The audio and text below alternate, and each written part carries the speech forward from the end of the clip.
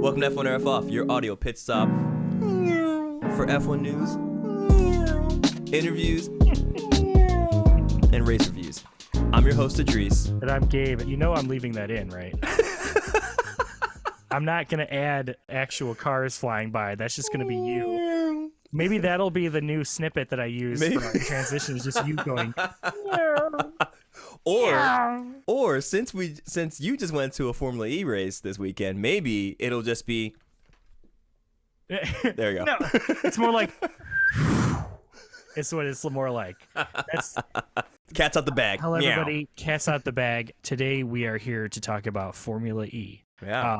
Specifically, my experiences at the racetrack, and you will be getting live reaction from Idris and all of the interesting and wacky things that have happened. Yes. While I was there yesterday. Just as a little primer, I basically saw that Formula E was coming to Portland a couple of weeks back, and I was like, oh man, I kind of need to go to this because I'd never been to PIR. They've done IndyCar 2 years in a row now, and I had never been to the track. I knew the track existed. Mm-hmm. And so when I found out that it was a one-day event on a Saturday, and it was like, I think the tickets were... it was like $50 maybe. Oh man, that's so affordable. Or a little more, you know, just for like the standard for grandstand tickets. Like I was able to get the stands. I mean, they're not giant. I mean, we're talking like high school football level. Like you step on the panels and they were like cracking and wobbling. Like it's sure. Let's just say that PIR is not a particularly superly well funded track at the moment. Sure. But I think that's part of why they were trying to bring Formula E in, because I think the idea is to try and get more races there, try and get more people excited. Yeah. But there's definitely an indication of this when you were walking in, because as you walk along the little, walkway to get into the track, there's a bunch of like wooden planters. Yeah. And the sprinkler system is busted, and it's just constantly just sprinkling water, and moss has just taken over. Oh man. Because like nothing has been growing because it's just been soaked in water. Sure. It's very weird. It's not super cute. So I can only hope that more races showing up there, they'll fix some of the infrastructure of things. But this is the ethos of Portland, right? Keeping it weird? I mean, yeah, I guess. There's plenty of weird on display. I will say that. Like a good weird. Yeah. So yeah, like, well, when you go in, obviously they have all the FIA banners and everything is all put up there. They do the normal security check, and thankfully I was able to get in sunscreen, because apparently they had some rule that was like, oh, you can't have a non-drinkable liquid over 3 ounces. And I'm like, well, I have an 8-ounce bottle of sunscreen, So they would only give you like the airport travel size, like a little mini tube of sunscreen. Well, I mean, it was in my bag, and Lauren was with me, and I told her, I said, hey, so they might toss this, and she's like, whatever. But they didn't, so they didn't say anything. And I wasn't doing anything wrong. I just needed to protect my skin. So I mean, we also learned from Knockoff McLaren that if you just stuff them deep into the bag, right, or use the racing suits as a way to just kind of get in, then you're okay. So you could probably. Which, by the way, I discovered the pawn shop next to where I work. Yeah, has, I think it's like an old race suit that looks like a Dale Earnhardt racing suit, because it says Goodrich, and I'm pretty sure it's a number 3, and it's like a full race, like a fire suit. I'm like, oh, I would be willing to trim my beard off and have a mustache just to do some Dale Earnhardt cosplay. Get the giant goggles, I'd be willing to do it. But anyway, so please continue to regale us. Okay, so just a little background on the track, I will tell you, or like the race generally, right? So this is the Portland Southwire EP is what it was called. Southwire is like one of the big sponsors. I don't even know what Southwire is. What do they do? I don't know. I never bothered to ask. The track is called the Portland International Raceway, or PIR is like the short of it. The thing I love about this track is scrappy. Because it was made in like the mid to late 70s, and it feels like an old school track. Like it's narrower, there's grass everywhere, tire barriers. It has a really unique chicane turn, like at the first turn. It normally would just this long straightaway, but they put in this little turn, this little chicane in this turn, and it's a really, really tight right and left, and it kind of goes down into an angle. And I know when Indy went there, they just crashed immediately because it was such a tight turn and nobody knew what to do. But I will say that thankfully Formula E did not do that. They actually got through it just fine. And this is the first race that FE had been there, which was made obvious to me while they had the big screens everywhere. Okay. Yeah. And the first thing I saw when I walked into the Portland ePrix was the Unipiper, which if you don't know who the Unipiper is, he is a guy who plays the bagpipes wearing a Darth Vader helmet and unicycling around, and he spits flame out of his pipes, his like bagpipes, as he rides around. Wait a minute. Is this a Formula E staple or is this a Portland staple? Oh, this is a Portland staple. He is a Portland institution. What? Okay. He's been doing this for at least a decade. I think it was like maybe since 2010, but he has become a Portland institution. Wow. Like, if you live in Portland for 5 minutes, you will know who the Unipiper is because he's like the guy. He has social media apparently, so you can look it up. It's literally the Unipiper at like every social media. But he was riding around doing his thing, and I'm like, of course they got the Unipiper here. That is brilliant. Whoever came up with that idea, that's perfect. But what was funny is they had these commentator, like presenter ladies who were like interviewing people and interviewing drivers and doing like little in-between show segments, and they interviewed him. They're just like, wow, so like what even is this? And he was just like, and he said, oh my god, it was the most Portland, he is the most Portland dude ever with the most Portland answers. I couldn't believe it. He was like, yeah, you know, I was just like, I found a unicycle in the dumpster, and I'm like, oh sweet, okay. And he just took it. I'm like, okay. He's like, I started riding that, and you know, and then I saw a sign that was it said, you know, bagpipe lessons. Wow. And I was like, hey, wow, that could be cool. And then I just thought, you know what? I found this unicycle in a dumpster. Let me just put them together. And wow. That was his explanation, and he just did that, and he like created like, they're just like, so how do you get the flame? And he's just like, they're like, is that like a special bagpipe? And he was like, yeah, this is he's like, this is of my own design. He's like, there's no bagpipes that are manufactured with flame spitting ability. So like, right, for explaining reasons. all this stuff, and I was just like, man, like at that moment I realized, oh yeah, they're new here. There was also a group of 4 ladies in like red polka dot dresses with like heart sunglasses, and they were playing like kind of folksy like ukulele, and like the one lady had like a bucket stick and like, the string thing. Yep. And there was a lady that had a washboard across her chest, and she was like scraping it, but she also had like bells and little things that she'd hit. And they were like playing these little folksy songs, and it just, I see this stuff and I'm just like, okay, yeah, this is Portland. This is 100%. Absolutely. This is like the essence of Portland all in one place. And whoever thought to include these people and do this, that is perfect. It's exactly what you want. You should have checked around for Fred Armisen, because that sounds like a Portland episode, honestly. So there used to be a town that was built on the track, and the town actually got washed away by a flood. And the town was mostly people who worked at the port nearby. It was like the Kaiser port. And apparently, as the story goes, most of these people were on holiday, so they weren't actually in the town. So the casualties were a bit lower. Yeah. But it essentially washed the town completely away.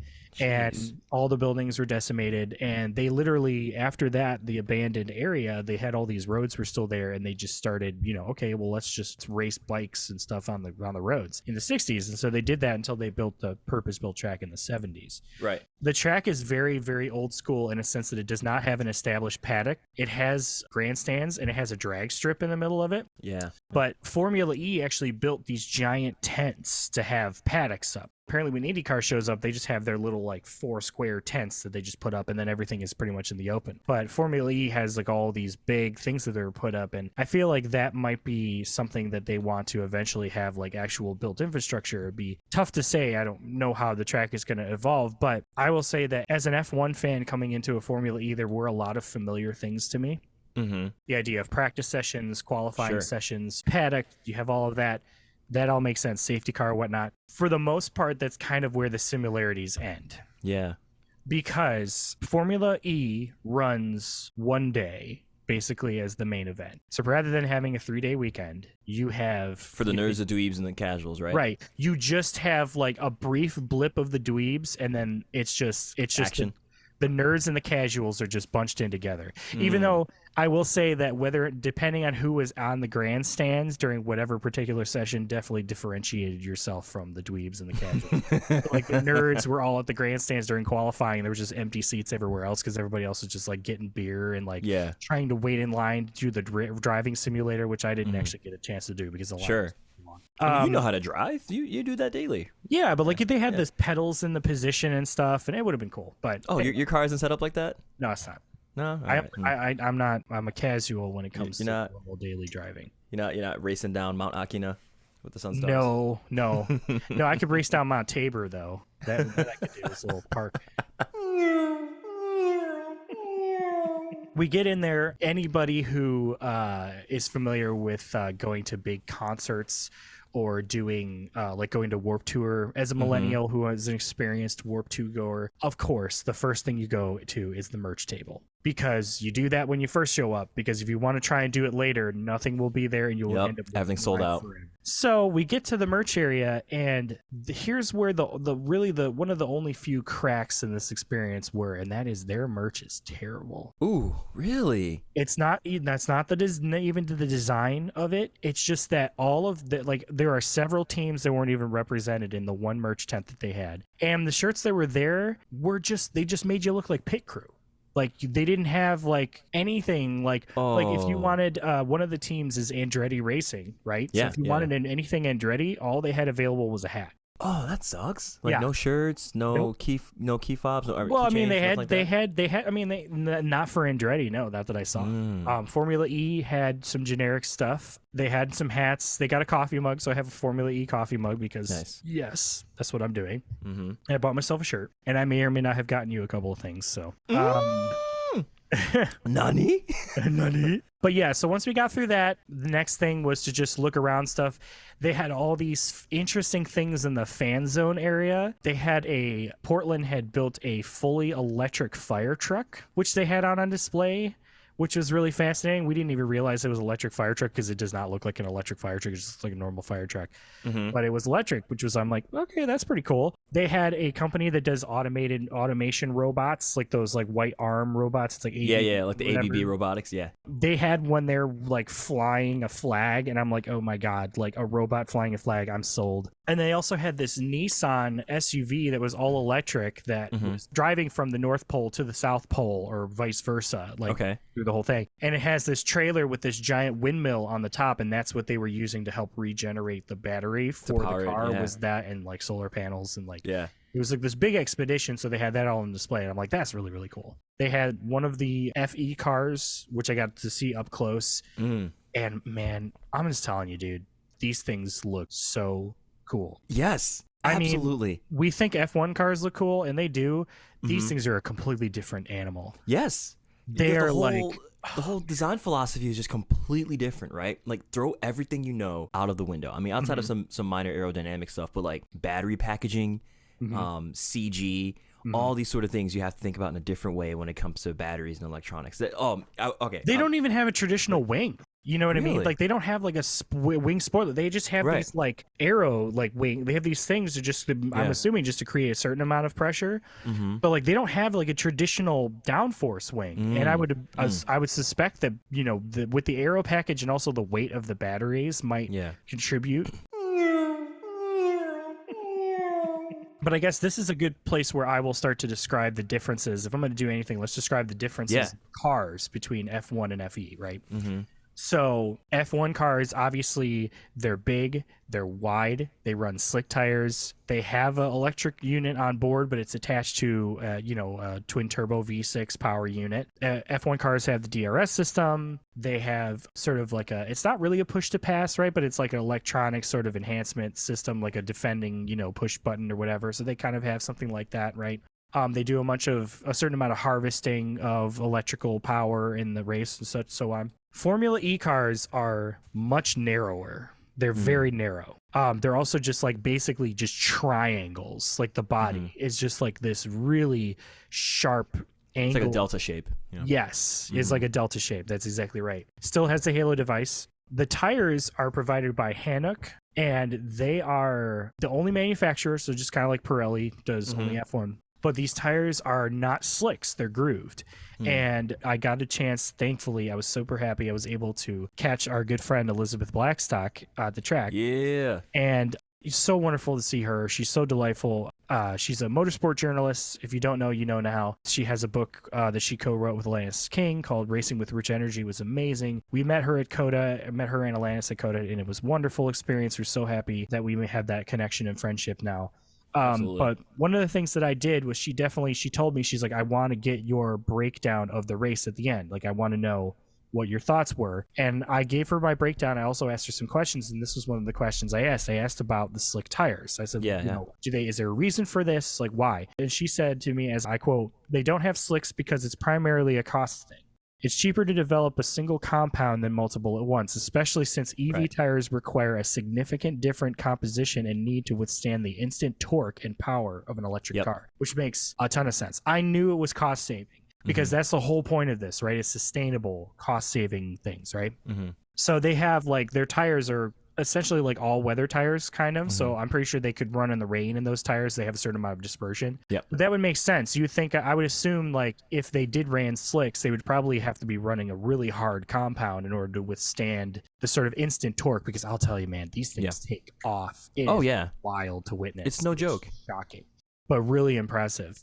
And there wasn't really any tire issues, no blowouts or anything, because typically with the Formula E, they do not do pit stops unless it's absolutely necessary. There was during the race, there was only one person that pit, and that was because their front wing was dangling off the front of their car, and they were forced to come in to basically get it fixed. Yeah, or else they weren't able to continue. There were two drivers whose front wings broke off, and they just kept going. Like they didn't even they didn't pit. They just but I think because it's probably just would be a waste of energy. Sure. So that was one thing that I was actually told by Elizabeth too. This is a fun, interesting fact about Formula E. So it's had 3 generations, right? So this is the 3rd generation of the car. The first generation did not have enough power to get through a race event. So what they would do is they would have drivers come in and swap cars. They would like jump out and jump into another one that was fully charged, right? Second generation was able to get around a track for a full race. Okay, which is impressive. These Gen 3 cars, not only can they go around a track in a full charge, but what they do now deliberately is they only charge them up to 60%. And then what they do is throughout the track, they will recharge the extra 40 that they would need strategically. Like they will, either slow, brake. And that was braking. And that is what made this race very interesting. So Formula E, for the most part, runs on street circuits, temporary street circuits, right? This is one of the few instances where they've run on an actual purpose-built track. And so this track does not have a lot of really intense, heavy braking zones. There's only really like 2. And that's where they do most of their recharging, is into heavy braking zones. So not only was this race the place where they set the fastest ever recorded lap time for FE, but also the fastest recorded speed that they've been able to get up to, which was like 175 miles an hour. Holy crap, that's fast. See, and this is amazing, right? Because I think there's a giant misconception that Formula E is like very, very slow, right? It's nuts. And I think people have not slow. I think what people are missing is the context around speed, right? We usually associate like the sound of high speed with a very, very loud engine, right? A very, very loud internal combustion engine, right? But you can hit way faster speeds with, just silence, right? with batteries and electronics. So that is so cool to hear, because I think the top speed, we've seen F1 cars go up to 300 kilometers per hour, which is about 210, 215 miles per hour. So that's pretty close, right? Like 175 to the 210. That's really, really, it's like 40 or 50 off, but you're approaching that, that's really, really impressive to hear how that battery technology has improved within 3 generations. That's amazing. I mean, I feel like 200 miles an hour is a magical number for any motorsport if it can get there. And so the fact that they're closing in on that, the more purpose-built circuits that they can go through, the more that they can, the more that the charging of the car, the battery life, the efficiency usage can go up, that they can go for bigger tracks longer, the better I think it's going to be for that sport. It's only going to get better and better the more they go. So this is the 9th season of the sport, which is, it's fantastic. It's so cool. So real quick, I want to talk about how the weekend was structured, because there is something really interesting about this that I want to describe to you that I think Formula One could benefit from, and I wish they would. So obviously you have your practice sessions, right? And those run normally, you just get a little bit of time to run. Then qualifying comes around. Now the qualifying schedule or setup is really fascinating. So the way they do this, they divide the grid in half. So the first half of the grid goes out. They only have a certain amount of time to set a fast lap. And the people who, there's only, I think they pick like, I forget, it's like, I think 8 drivers from each of those sessions advance to the next session.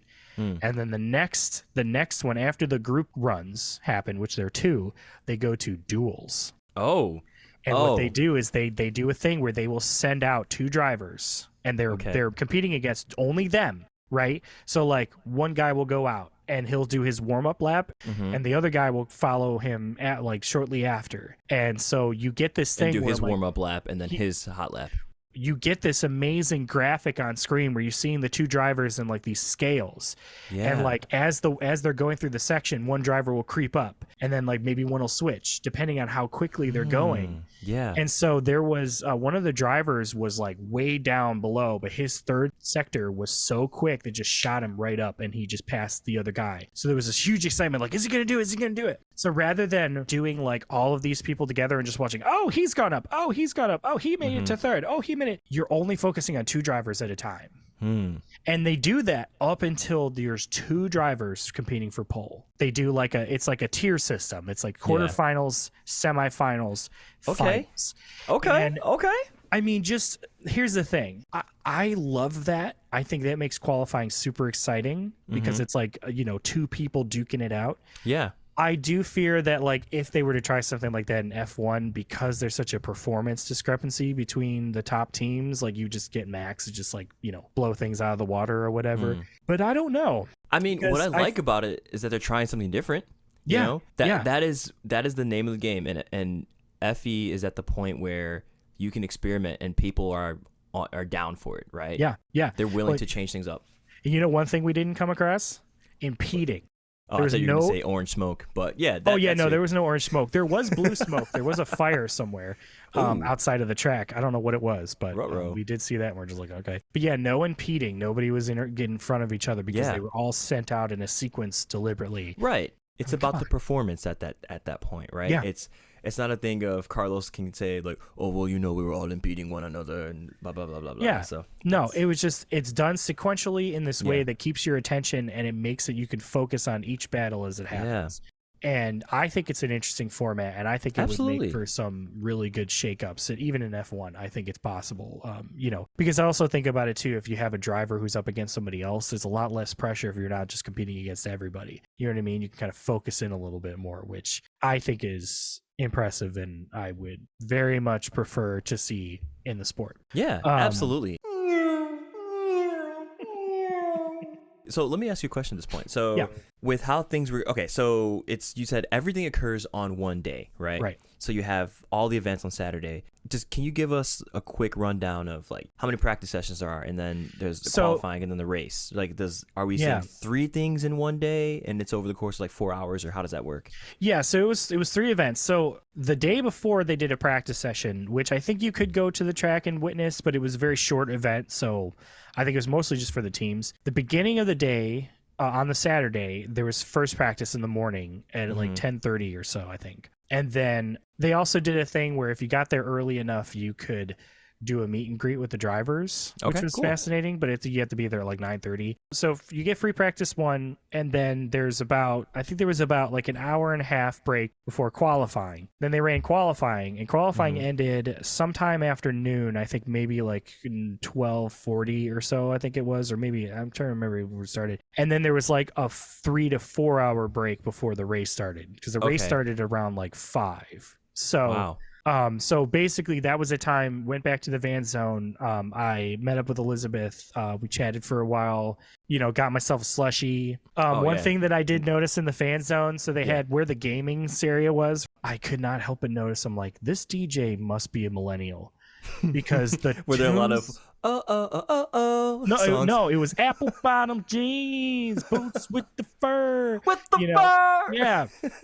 And then it was a sandstorm and like oh man, come on, know, yo. they like some like really millennial hits, but then they hit us with the Steely Dan. And I'm like, damn. Okay. Oh, I'm like, okay, so this is not only is this a millennial DJ, but this is a millennial who grew up with boomer parents. Yes, absolutely. Because that's exactly the move I would do. I would immediately switch to some Steely Dan.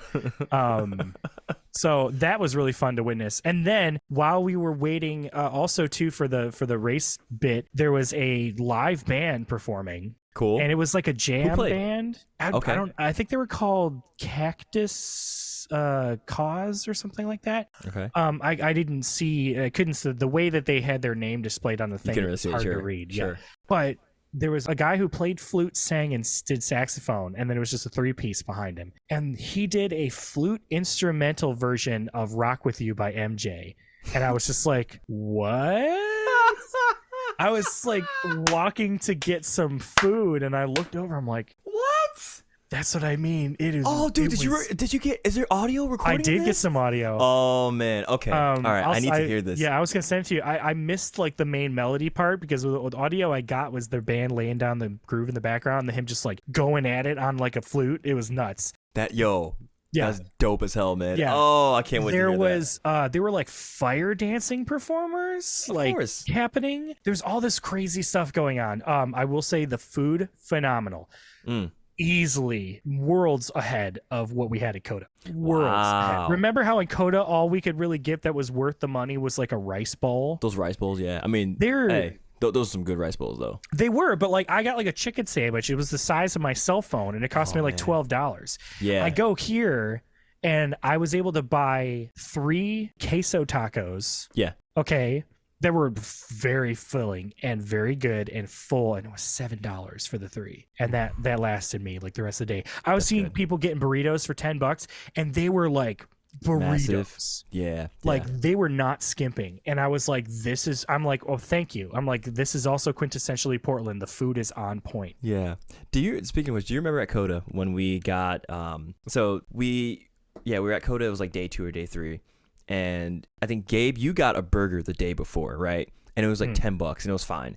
Right. And then we go back to that same stand the next day, and that same burger was $15. Mm-hmm. Oh, yeah. And it was not, there was no $5 increase in quality. I can tell you that much. Yeah. No, it was shocking. I was not happy about that at all. So basically, yeah. So let me just talk about the race really quick too. Yes. Absolutely. So in the Formula E paddock, you have basically, it is a very interesting, diverse array of teams that you would not really expect to see in a motorsport together. Mm-hmm. You have Andretti Racing, Avalanche Andretti, which is, I think, awesome. You know, they do IndyCar, they do Formula E, and I hope they can come to Formula One. That would be awesome. You have this team called the ABT Cupra team. You have Penske, a team called Envision, which has these like bright green cars. You have Jaguar in there as a manufacturer, Jaguar TCS Racing. You have Maserati in there as a name team. McLaren is there.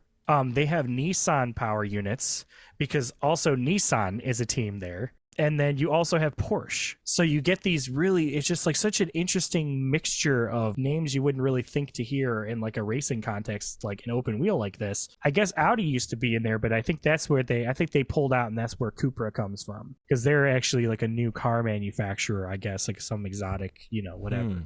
So for the race, here's a very interesting thing about qualifying. If you qualify P1, you get 3 points for that. Wow! Wait, towards your championship title total. Yes. Wow. Okay. So literally across the 3 sessions, so from practice to qualifying to the race ending, there were 3 changes in the championship for the year. That's cool. And is that for both drivers and constructors? I think that was just for drivers. Okay. But yeah, they also do the same point scoring thing that F1 does. So from 25 points to 1 point for P10. So that's standard. Okay. And then they do the extra point for the fastest lap. Okay. But the pole position gets 3 extra points. That's pretty massive. I like that. That's huge. Yeah. I think that's cool. And it also more incentive for the pole to be worth getting. I mean, because you'd have like Kevin Magnussen would get like a little extra points for being on pole in Brazil and stuff. Like, I think that could be great for an upset pole. I think that would be really, really smart. So absolutely. This race was really fun to witness, but there's a few things that make this interesting. One, there were 2 safety car interventions in between for catching debris, and then one was there was a driver that hit the wall and retired that had a problem. And that was, I think, partly because his front wing came off and he didn't come in and change it, so he just understeered out of a corner and just crashed. Woof. The safety car is like a Porsche Taycan, which is like an electric Porsche, right?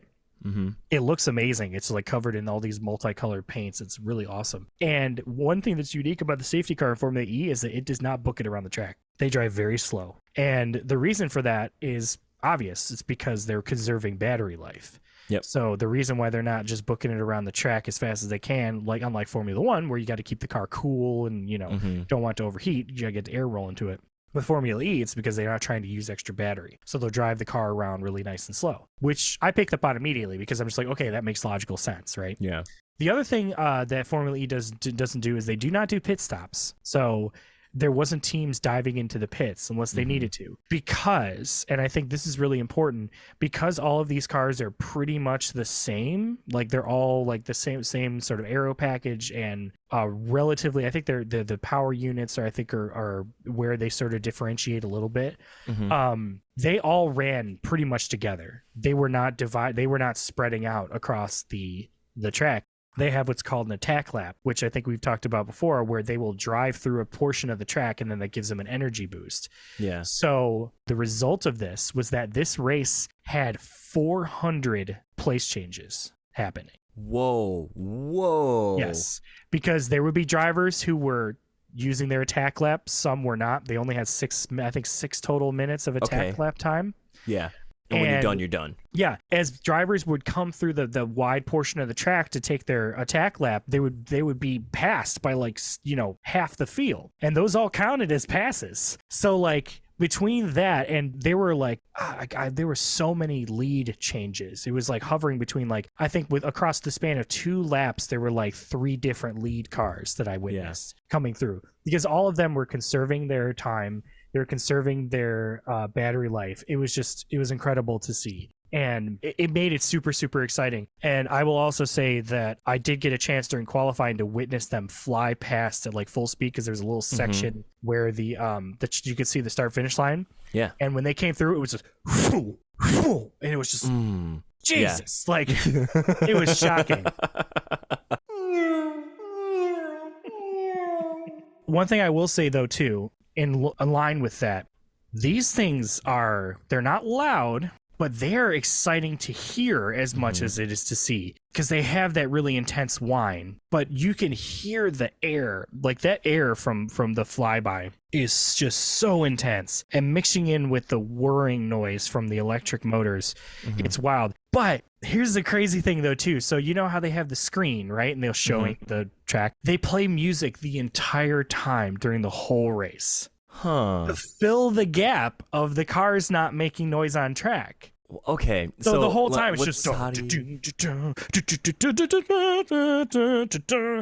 imagine epic battle music in an anime playing the entire race as the cars are driving. You guys can't see my face, but I'm kind of making a face. I feel like they need to get some good composers in there, because I'm not necessarily opposed to that idea. I feel like it should be in moments where there are dramatic things happen, like the final lap. Yeah. Or the end of a safety car session, and then eventually it should just kind of peter out. But I think they did that to sort of fill the void. It doesn't happen in the telecast. It only happened on track as I was watching. Live. Interesting. Live.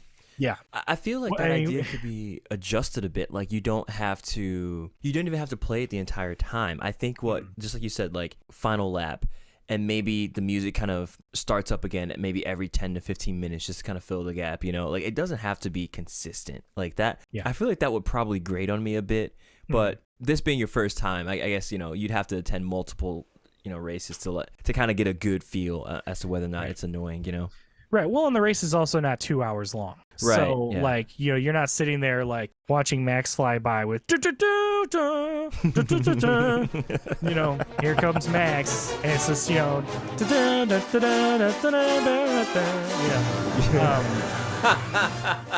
I mean, if they did, oh man, Excellent. if they did the Star Wars movie as music from the old, oh man, Yeah, original I would love trilogy, that. And they're just like, I mean, now I want to like make that happen.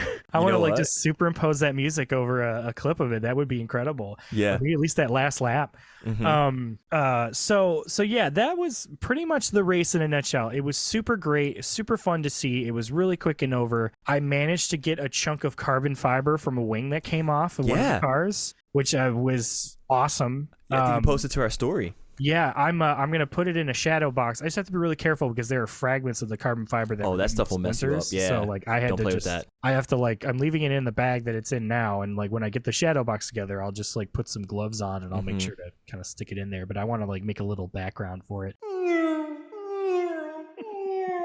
So hey, I mean, like, yeah, it's like first Formula E Grand Prix, and I was there to witness it, and it was also like at the time the fastest lap and the fastest speeds recorded for the sport. Yeah. So it was worth going to, and it definitely they signed again for next year, and it is That's great. It's definitely worth its place. Outside of that, the only really other thing that made me laugh a lot, I had a bunch of teenagers behind me. Yeah.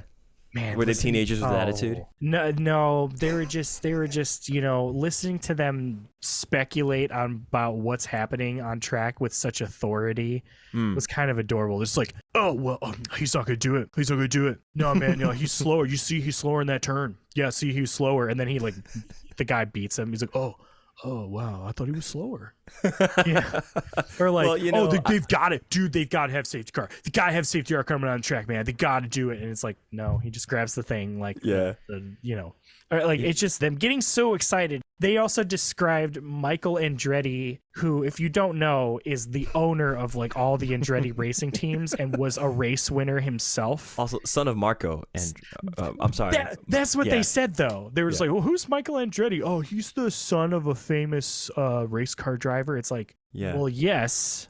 It's a me. But he's also like the owner of like the teams and like has his own race history of race wins. Like, you know, he's that would be like big guy. That would be like they would be seeing like, oh yeah, Nico Rosberg. Yeah, he's the son of a famous F1 driver, right? KK Rosberg. It's like, yeah. He also has a world championship, you know.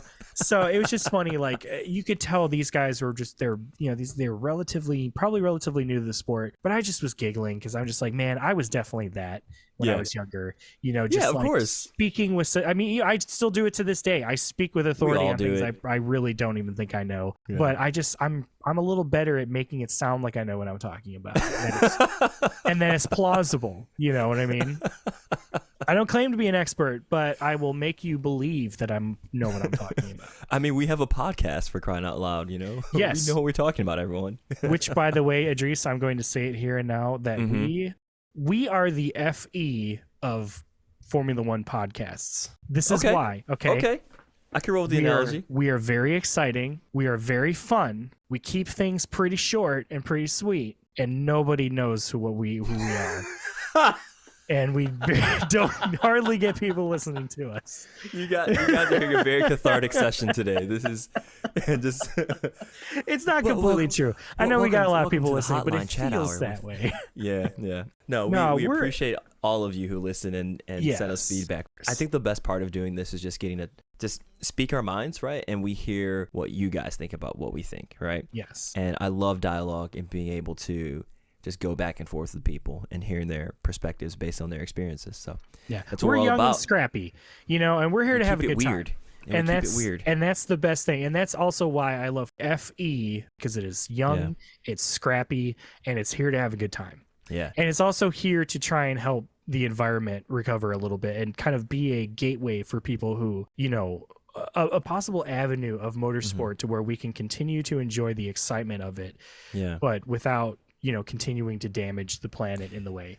I think it's perfectly viable.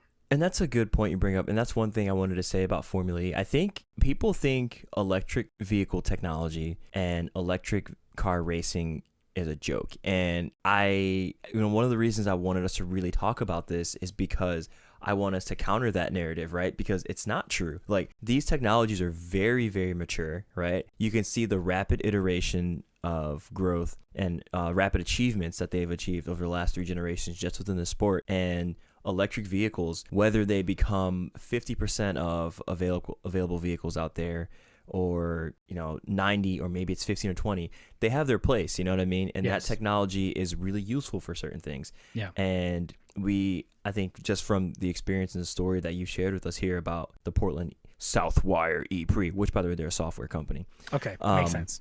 Yeah. They, it's clearly had a good experience, had a good time watching these cars do their thing. It's a little different than F1, of course, right? NASCAR's a little different from F1. IndyCar's a little different. Le Mans is different, right? # Ferrari. But it just kind of goes to show that just because the sport looks a little different, it doesn't mean it's bad, right? It's just different, right? And FE, I think what's really interesting about it, I was actually watching a really, really great video by Cleo Abrams. I think she used to work at Vox, but she has her own YouTube channel now.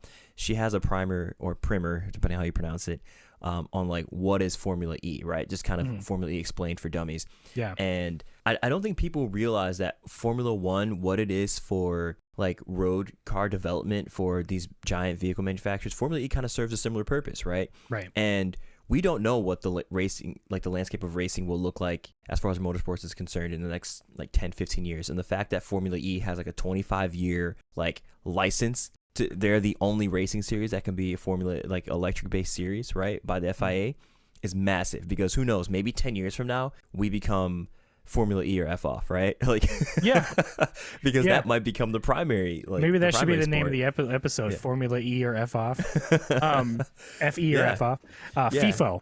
Yeah, FIFO. Yeah, it's just cool. It's just you don't know what this can do, and just enjoy it for what it is. Exactly. And and also too, it's super accessible. The tickets were not expensive. It's being a 1-day race. There was only 1 day I had to take off of work, so it is a much more readily available to people. And I really do genuinely hope that they get to more tracks around the country, because it's a hugely accessible sport, and it was a total blast. I had such a great time. So can't recommend it anymore. Although I will say that I do think that it should probably get a little more humor injected. There were lots of electric puns that was around, which was great. Like, the energy is electrifying, or like, we're here to like jolt up the competition. It's like, okay. But see, they could get real nerdy with it though. Oh, they man. could kind of start throwing in like V equals IR equations and puns. I want to see just one Raiden poster. Maybe that'll be the thing I do.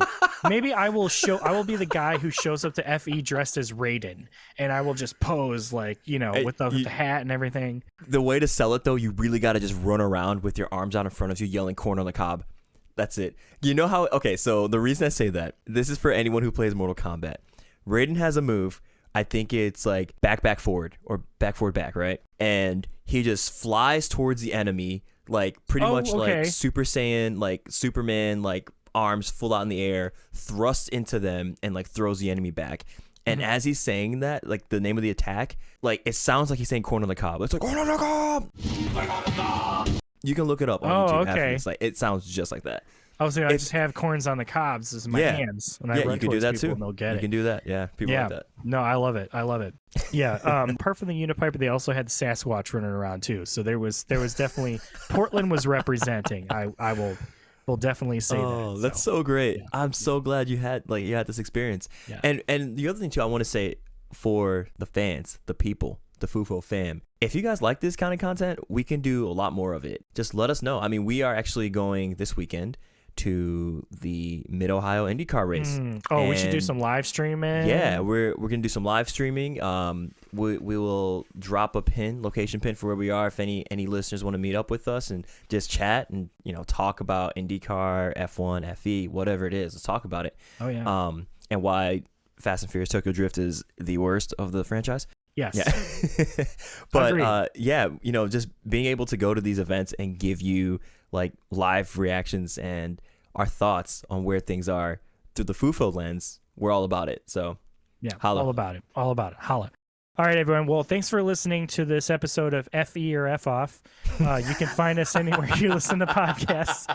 If you want to hit us up, you can find us on Instagram, TikTok, YouTube, and Twitter at F1 or F Off. You can also email us at F1 or F Off podcast at gmail.com. Please give us a 5-star review wherever you listen to your podcast. Really helps us out a lot. Be sure to share with family and friends. Also, like, pop on our TikTok. I've got some funny stuff up there. I'm always trying to post things, like things coming from the races and stuff. Going semi-viral with this one post, this one reel I did about the Ferrari Le Mans win. We have no idea don't know where that's coming from. If you youngins out there or you Instagram influencer level savvy folks know how this works and what we did right and how we can replicate it, that would be great. They're gonna tell us it's all about our SEO, our search engine optimization. I swear it's just because it's I had to hashtag Ferrari and everyone loves it. I mean, who knows? Maybe. But it's got 3,000 likes now, and I'm shocked. Ferrari's a very love or hate kind of thing, All right, everybody. Thanks. Peace. Peace.